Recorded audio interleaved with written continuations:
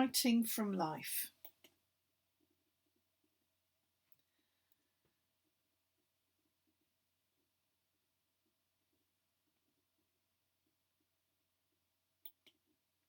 This is what we're going to cover. We're going to look at where you get those ideas from, how you mine for ideas that you can use in life writing and autobiographical writing. We'll also be looking briefly at this idea of memory and how that can be useful, but how we needn't be really deeply wedded to it because our memories are not really reliable. We'll also look a little bit at this idea of truth and what truth should be when we're writing something based in life. And also we'll look at researching. How do we actually get more out of these memories and these ideas? And of course, we'll be looking at how we structure all of this stuff, which is what we've looked at quite a lot each week during this module. Okay, so mining for ideas.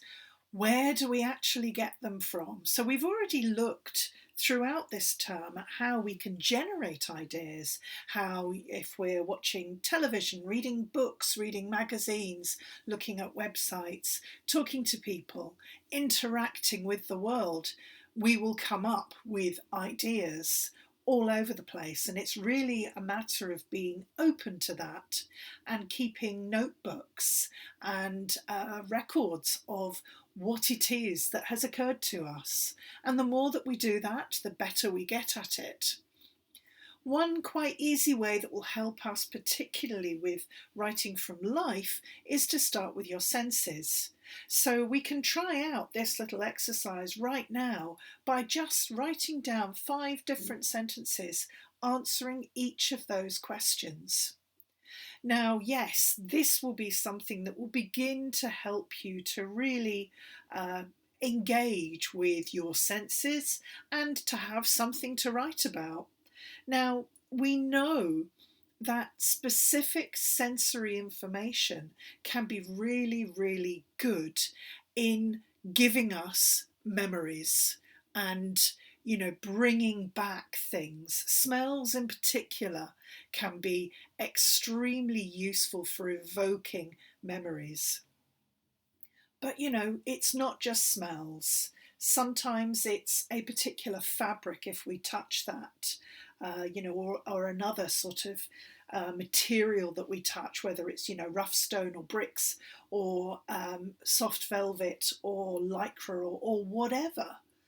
But also tastes of things, the smell or maybe the taste of particular foods and drink.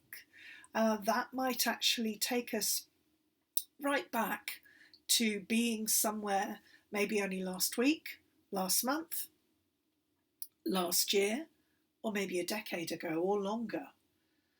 And that, excuse me, that idea of what you see around you, we can actually do that with going back to places, providing it's safe to do so, of course, going back to places that we once knew when we were perhaps younger, or even things like, your childhood bedroom. And, for a lot of you, you may well be living back at home right now, and actually your childhood bedroom is the same bedroom you have now. But is it quite the same? And I'm sure it's not. So, what could you see around you maybe 5 years ago, 10 years ago when you were a child? What do you see around you now? What's changed? Can you imagine your childhood bedroom? And if you can, write it down. Write down all of those small details. What were the curtains like? What was the carpet like? The wallpaper? What was in that room? Was there just one bed, or did you share a room with a sibling? What else was there that's no longer there? What sounds could you generally hear? what smells, and so on. So all of those things can be used. And remember, this is about writing first drafts and just mining for ideas, coming up with stuff. And sometimes you might find that an awful lot of that can actually be quite emotionally triggering. So, also maybe explore some of those emotions that are brought up by mining your senses. What do you remember from your childhood or from last year or last week, whenever, sometime in the past? What comes to mind? So, a lot of this writing from life and autobiographical writing can be used in many different therapeutic settings. But obviously, what we're focusing on at the moment is how you can actually use it to create something that is a piece of non-fiction but is creative, and creative writing, something that could maybe appear in a magazine, a newspaper, a website. But don't overlook those skills and tips that you can pick up from writing pieces of fiction and writing poetry. And there are an awful lot of shared approaches here. So don't be afraid of using some of those techniques that you may have come across in creative writing that's aimed very much at fiction. Excuse me. So, as I said, write down a sentence for each of those senses. And it is really important, this sensory writing. And yes, it's an easy way back into memories, but good non-fiction writers who are, news journalists, they will really gain attention and keep their reader with them by providing a really good sensory description of what is around them. Use all of that.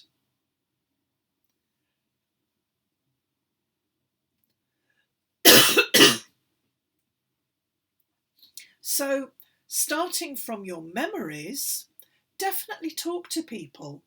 Talk to relatives who are the same age as you, but also relatives who are older than you. Talk to them about important events. So, this might be important family events, Christmases, birthdays, other different festivals that you've been involved with. Talk to them about what it used to be maybe when they were a child, and what they remember of shared experiences and also their memories. And this is where speaking to elderly relatives can be a fabulous resource, because you can find out all sorts of different family history. And if you are a fan, as I am, of things like Who Do You Think You Are?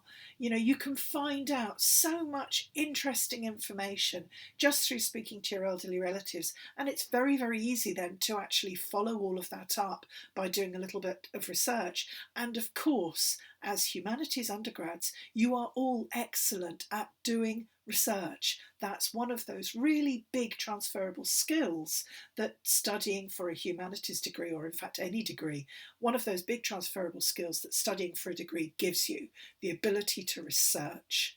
And it's something that can be used in lots and lots of different settings. So, maybe start thinking now about how you can research maybe some of your family history, or maybe some wider world history that perhaps your family had a part in. Definitely look at old photographs.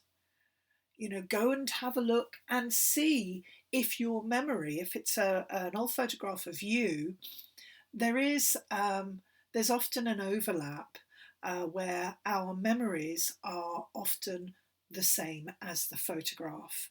And that's because our memories aren't terribly reliable. And when we see a photograph of something that happened to us a long time ago, we might be able to sort of fill in some of the details around what was happening when that photograph was taken. But an awful lot of the time, it's actually that image, that photograph, that is the thing that we remember. So this is where also talking to people who were there at the time is useful, because you can find out what they remember from this. And also look at items, artifacts from your own past and from the wider past, and again from your family past. You might find that actually there is, I don't know, particular kitchen pieces, maybe bits of cutlery, or, things that you've always had around the house that are very much part of your childhood that maybe are no longer there. So, a friend of mine, some years ago, we went to Barcelona together, and while we were there, we went to this lovely underground cafe or restaurant. And whilst we were there, she noticed that the salt shakers that they had on the tables were all sort of vintage ones, and one of them was identical to one that she remembered her mother having, and her mother had died when my friend was a small child. But this was something, she picked up this salt shaker, and it reminded her of a powder shaker for sort of like baby powder that her mother had had. And she actually couldn't leave the restaurant without stealing the this little powder shaker, because it just evoked such a strong memory in her. Now, I'm not suggesting that you find out, you sort of discover restaurants and steal things from them at all. But the point I'm making here is how strong this item evoked that memory. And, from a time when she couldn't have been more than about 4 or 5 years old.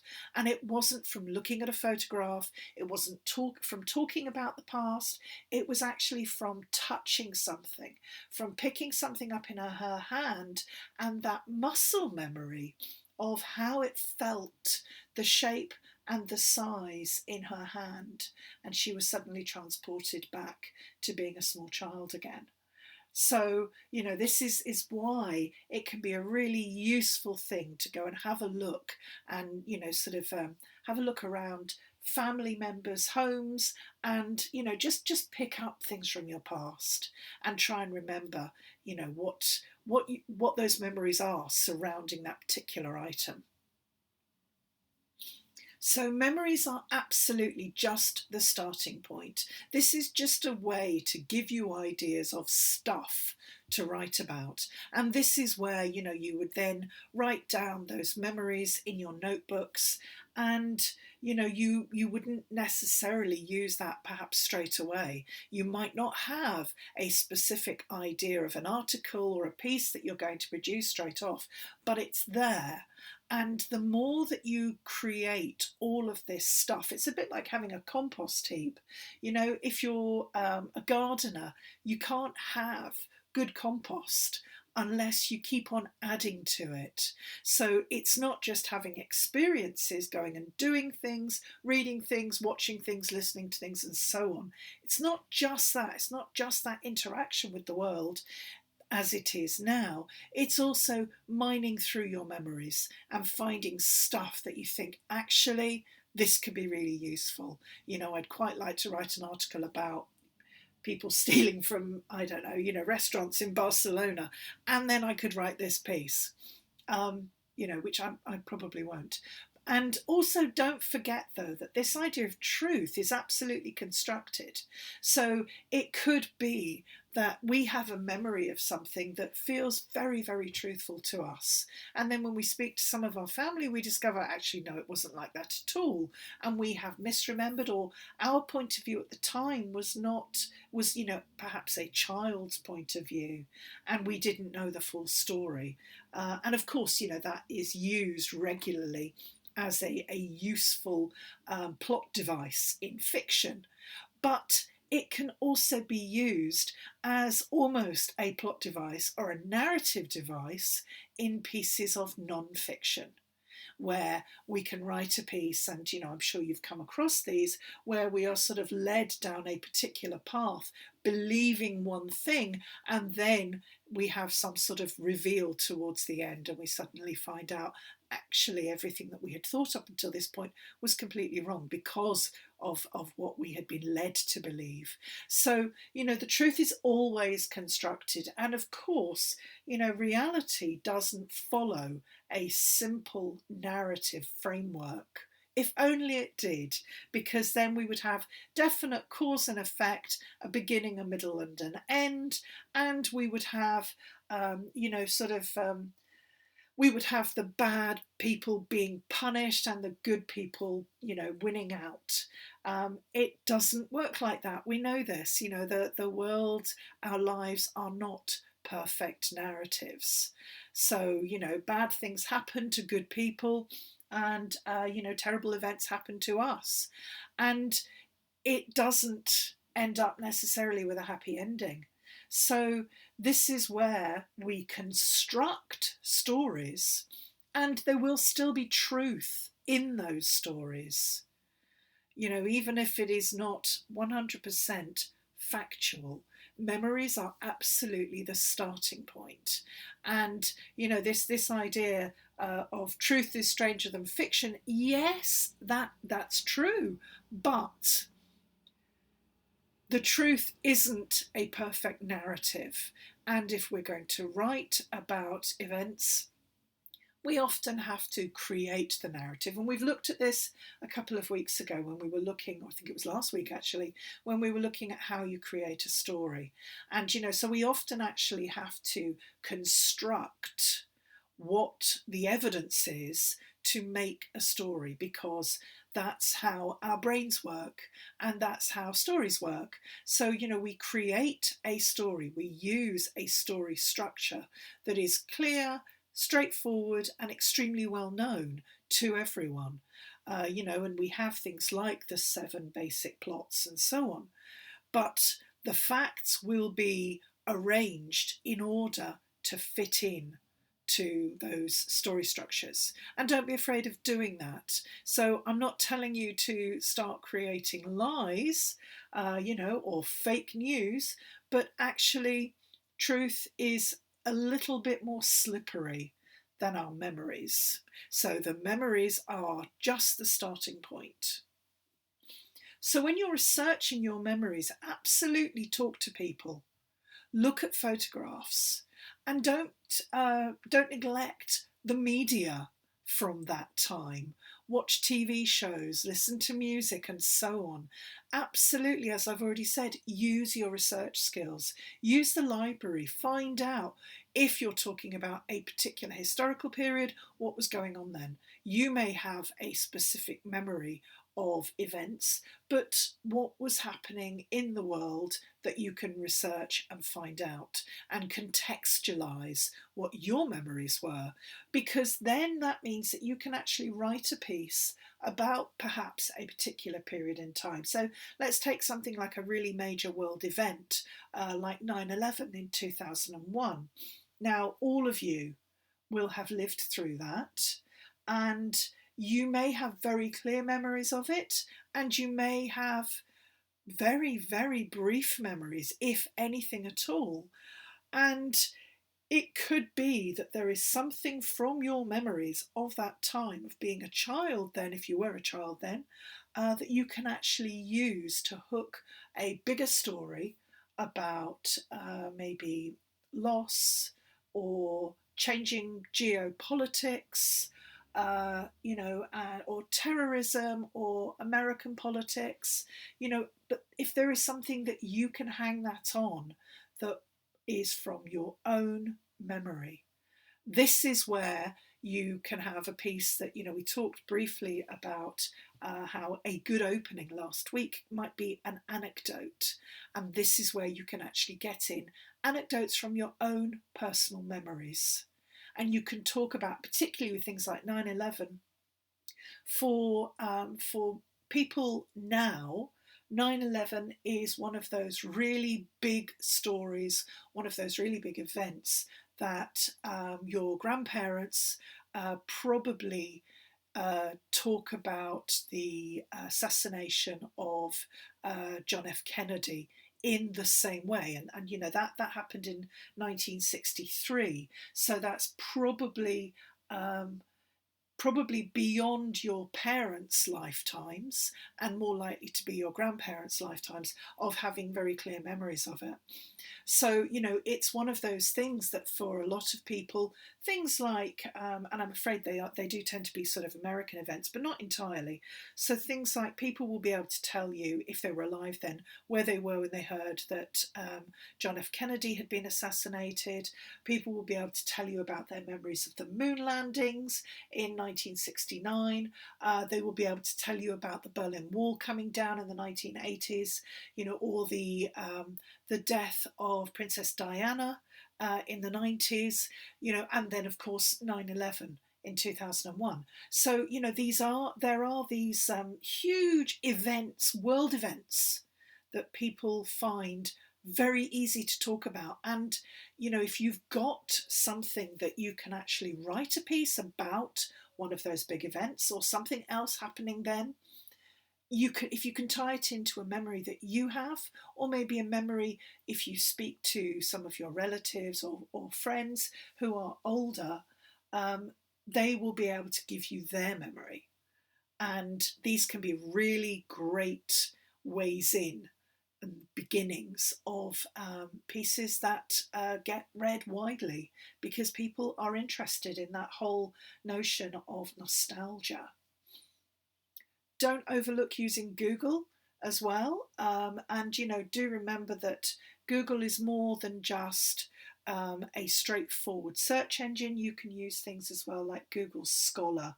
So particularly if you want to have a look at something and you want to maybe tie in something academic to it, Google Scholar is a great place too. And of course, the really important thing here is to keep notes. Don't overlook the note keeping, because there is nothing worse than looking at something and thinking, well, I don't really think that's going to be much use, not bothering to make notes on it or write down what it was, where you found it, and then a week or whenever down the line you suddenly realise, oh, that would have been really useful and I've no idea where it is. And you might be able to search through, you know, if you were looking online, you might be able to search through your search history, or, you know, your history on Google or whatever, but it can be really difficult to find those things. So be really, really strict about keeping notes and do it whichever way suits you best. But, you know, even if it's just a list of the websites that you looked at, that sort of thing is invaluable for your time later on. So the last thing that I'm going to talk about is structure, and absolutely you should know exactly how this works. And you can have a look at previous lectures as well, and the slides are all on Moodle too. So the usual thing, write your first draft without your notes. So you've done all of your research, you've got all of your notes, read through it all, but then put it all away, and then just with a blank screen or a blank page, and yes, I know they're really scary, but just start free writing. And that doesn't mean that you necessarily start at the beginning. You know, don't sort of try and squeeze out a good opening sentence when you're doing free writing. Start at the bit you find most interesting, write about that, and then just essentially, you know, it's like turning out your head, like turning out a drawer full of just junk and stuff, but get it all down onto the page or onto the screen, wherever you find it easiest to write, and do it quickly. Then, after you've done that and you've written as much as you possibly can, leave it for a little while, you know, take a break, go outside for a walk, or, you know, leave it overnight. And of course, if you're writing fiction, you need to leave it for a few weeks. Then, of course, you come back to it. So if it's non-fiction, it might be that you come back to it maybe an hour later. If you can leave it overnight, that tends to help. Then you can start organising it for sense, you know, making sure that each paragraph makes sense, each paragraph leads from the previous one, all of those things that you know how to do. And of course, you keep on going back into it. You redraft, you redraft, you redraft, until you have something that you know has no typos in it. you know that makes sense. You know, you need to make sure that what you're producing is error-free, is a clear, simple, straightforward, an interesting, engaging read. And a lot of these structural things that we've already looked at are absolutely about making sure that the opening sentence of each paragraph announces essentially what that paragraph is going to be about. That you haven't got sentences in there that are not complete sentences, and there are so many tools out there online now, whether it's using Word or even using Medium itself. You will get a dotted line underneath something that doesn't make sense, or that is the incorrect spelling, or is some sort of minor grammatical error, and we all make them. So use the tools that are out there. Definitely, if you know that you're somebody who tends towards quite wordy and sometimes woolly writing, where it's not clear, absolutely use apps like the Hemingway app.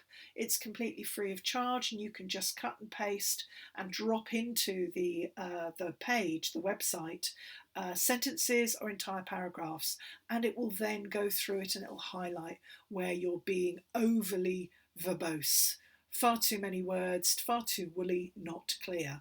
So, you need to try and make your writing economic, simple, straightforward, avoiding all of those additional unnecessary words. And again, if you have a look back through some of the slides where we were talking about how to put those drafts together, there is a list of all of those unnecessary words that we all tend to use. When you've done all of that, make sure that your aim for the piece is really a clear thread that follows through. And, that will probably be announced in your title. So think about that title. What is it? How does it attract the reader? How is it hooking the reader? And how are you keeping your reader? What is your attention-grabbing title and that lead, that opening sentence? But also, what is that takeaway in that last sentence? How does that tie into it? Because it should. And also, you might want to actually have a look at, there's an awful lot of articles on Medium and elsewhere that will explain to you about the sort of the basics of SEO, which is search engine optimization. That stuff can be quite useful, and some of that I will mention in the seminars this week, and how you can look at things like Google Ad keywords, and you can do that free of charge, and you will then be able to find out which particular phrases people are actually searching for. And then you try and make sure that you've included some of those really popular search terms into your title, into your articles, and then you're likely to get pushed up those Google rankings, and essentially you will find more readers. So, as I say, there's an awful lot of stuff out there, an awful lot of articles, particularly on Medium, but elsewhere too. So, do look at all of those. But that thing about structure, this, and we've talked about it already this term. So we're going to leave it there. But memory, old photographs, old items, stuff, ephemera, all of that is really useful for giving you a creative starting point. And, if you're writing an article for a magazine or a newspaper or a website, some of those elements of writing from life and writing from your memory will come in handy for an awful lot of pieces. And of course, if you've read this week's suggested reading, the article from Ros Coward, which is called, I think it's called Me, The Rise of Autobiographical Writing, well worth reading. And she talks about how this notion of autobiographical writing is incredibly popular these days. So, have a look at that. Think about how you could produce something that is absolutely autobiographical and based in your memory.